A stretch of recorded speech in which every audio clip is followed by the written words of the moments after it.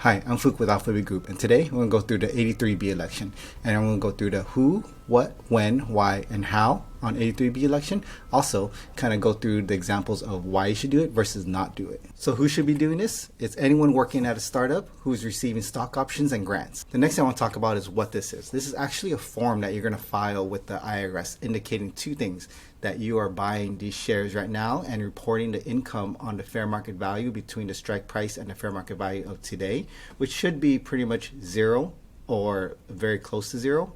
And the second thing is that you're locking in the date, saying that you're purchasing all these shares at the date of the 83B election, so you don't have to wait for a vesting period. And by declaring that the date on the 83B election, it's going to allow you to start the long-term capital gains date early. One thing to be aware is that when you do the 83B election, your company could require you to buy all the shares that are vesting in the future. So just be prepared that you might have to write a check out for them. Hopefully it's for a low amount, because usually for startups, the strike price should be fairly low. So let's talk about which stocks actually qualifies. So when you work at a startup, you're given a package with options, and you have non-statutory options which qualify, incentive stock options which qualify for the 83B election, and RSAs, restricted stock awards. Now for the RSAs, do not confuse this for RSUs. RSUs are usually only for public companies. So in this case, for 83B elections, these are usually for private companies, and you are given stock awards such as NSOs or ISOs. Now let's go over why you want to do this. The only reason you're doing this is for tax savings. So what you want to do is get the tax savings by having it qualify for long-term capital gains, meaning that by doing the 83B election, you're trying to claim as little as possible as ordinary income, which is taxed at a higher rate, and you want to tax more of it at capital gains rate, which is at a lower rate. So remember, you want a little bit at ordinary rate and a lot of it taxed at capital gains rate. If you don't do the 83B election, it's possible that a lot of it's going to be taxed at ordinary income rate, which is a higher rate, and almost very little, almost none, will be taxed at long-term capital gains rate. We have to keep in mind of the when, meaning that you only have 30 days from the grant date to do this 83B election. And I want to emphasize from the grant date, because it's not from the purchase date, it's not from the vesting date, it's from the grant date. So when you first work at a startup and they give you your grant award, meaning that they're laying out how many shares you get and what the vesting period is, that's 30 days from that date of when you get that. And it's a very strict date. There are no extensions and there are no exceptions. Now let's talk about who should do it versus who should not do it. So you should do it if you feel that stock value is going to go up over time. There's a high probability that your company is going to do well. The second reason is if your strike price is low, meaning like less than 10 cents, less than a cent. If it's really low, then it doesn't hurt to try to do it because your out-of-pocket expense is very low. The second reason is if you're going to be there for the vesting period, meaning that to qualify to receive these shares, you got to meet the vesting period. So if you are going to be there for 2 to 4 years at least, then definitely consider doing it, because at least you'll get some shares vested. And then the second one is if your delta is low, meaning that if you look at the strike price versus the fair market value price, if there's no gain on that, if it's zero, then that means that you're not going to pay additional taxes. All you have to do is really just buy the shares. Now the other thing is when you should not do it. So you shouldn't do an 83B election if you don't believe in a company. If you feel the company is not going to do well and the stock value is just going to go down and it's not worth it, then definitely you should not do it. If you think the company is going to go out of business soon, definitely don't do it. And if you feel like you're not going to be with the company for more than a year, more than 2 years, then you probably shouldn't do it, because there's really no point if you're not going to be there long enough to reach even the vesting cycle. Now let's talk about how you're going to do this. First, you're going to make 4 copies of the 83B election. 2 of them is going to be sent to the IRS, one's going to be sent to your employer, and one's going to be kept for your own record. Along with the 83B election, you should also send a cover letter right here, and I have a sample right here that I can provide a link to, so you could download it. The link will be in the description, so you could just download it. Pretty much what it says is that you are filing the 83B election, and that this is to say that, hey, I'm sending you 2 copies of the 83B election. One is for you, the IRS. The second one is, can you stamp it so that way I have confirmation that you received it, and can you mail it back to me? And I'm going to provide you a pre-stamped, self-addressed envelope so you can mail it back to me. Now, for the actual 83B election, I have a copy here. This is from the Fidelity site. So just go to Fidelity and do a Google search, Fidelity 83B election. It's going to come up with this template. All you have to do is fill out this section right here, and then fill out these sections all through here. Just answer the questions, sign it, and then you're going to mail it to a certain address. So if for most of my clients in California, especially in startups, they're going to be in California. So this is the address you want to mail it to. And that's really it. So kind of recapping everything, this is how we're going to do it.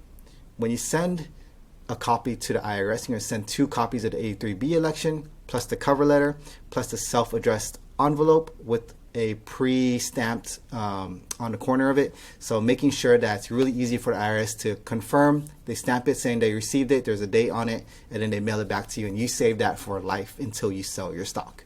And then you're also going to want to send it to the right address. And because most of my clients are California residents, this is the address you're going to want to send it to.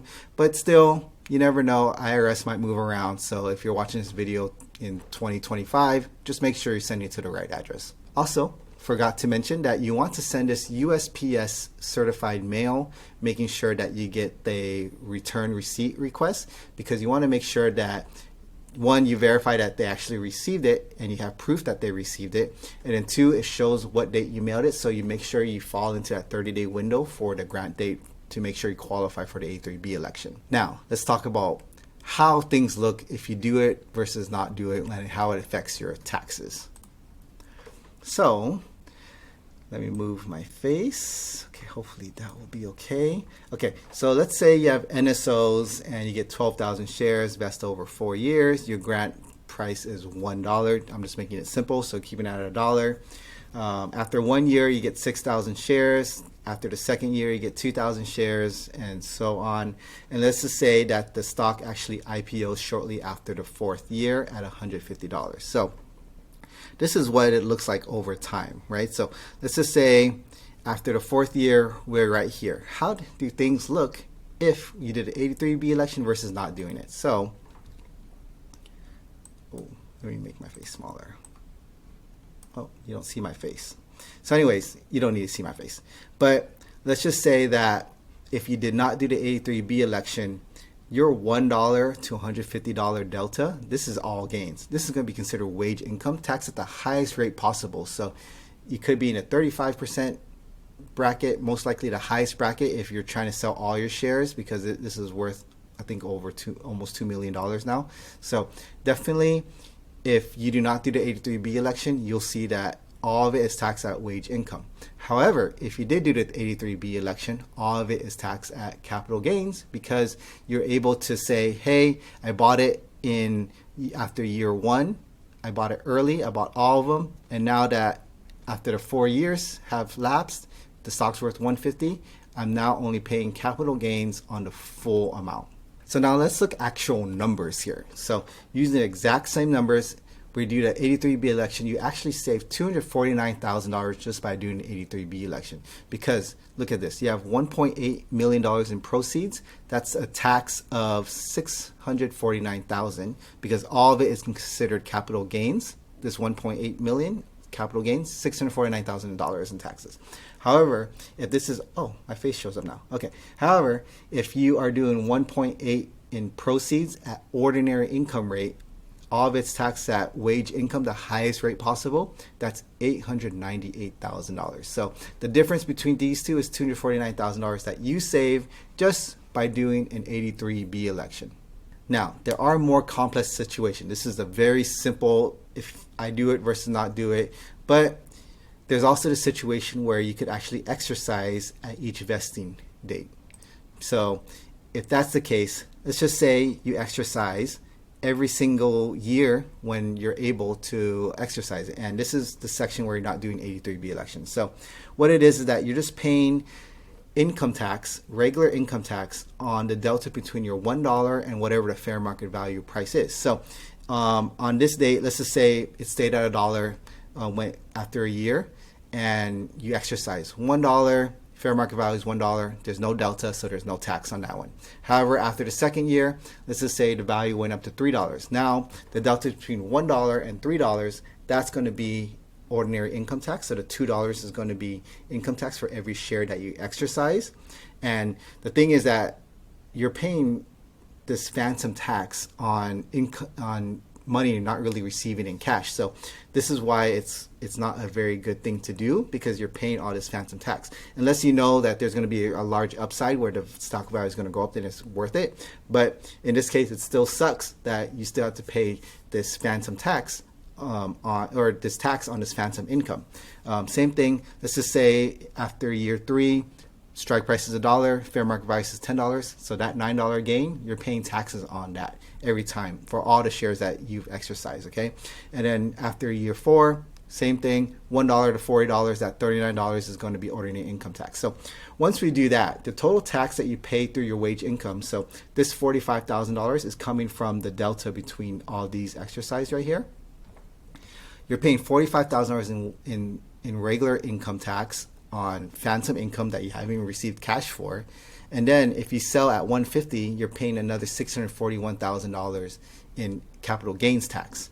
So the total tax is $686,700, as opposed to if you just did an 83B election, you would have only paid $649,000. So I mean, that's almost a $40,000 difference just by doing the 83B election, which is still worth to do because it only takes like 20 minutes to do your 83B election. That's a quick recap of 83B election. Please give this video a like and a share. It lets me know that this content was useful. And other than that, thank you. I'm off to my next video.